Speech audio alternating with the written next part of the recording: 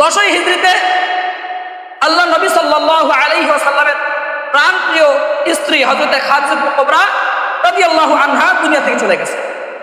এক,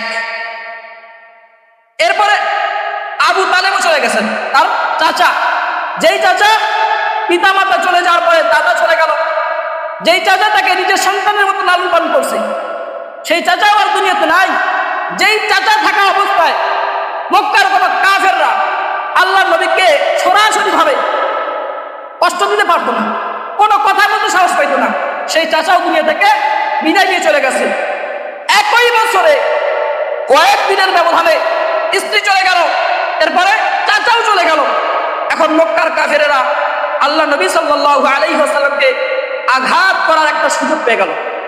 কারণ এতদিন পর্যন্ত তো আবু তালেবের কারণে কোনো কিছু করতে পারে নাই, প্রকাশ্যে আঘাত করতে পারে নাই, কিন্তু এখন আবু তালেব তো নাই, এখন প্রকাশ্যে আঘাত করা তাদের জন্য সাহস হয়ে গেল।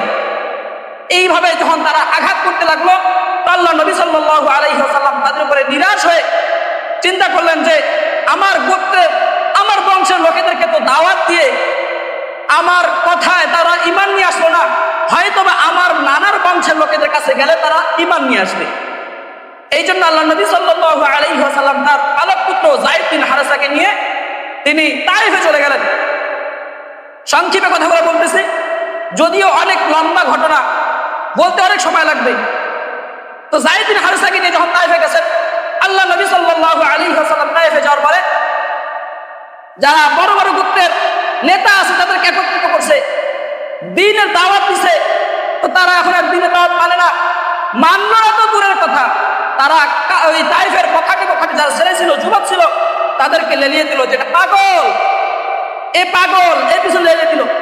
তারা আল্লাহ নবী সাল্লাল্লাহু আলাইহি ওয়াসাল্লামকে পুরা শহরের মধ্যে টেনে হিঁচড়ে নিয়ে বেড়াতো, পাথর নিক্ষেপ করতো, এমনকি আল্লাহ নবী সাল্লাল্লাহু আলাইহি ওয়াসাল্লামের পুরা শরীর রক্তে রঞ্জিত করে ছিল।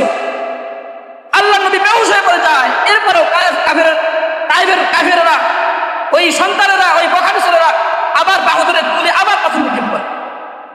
এতটা কষ্ট দিচ্ছে তারা।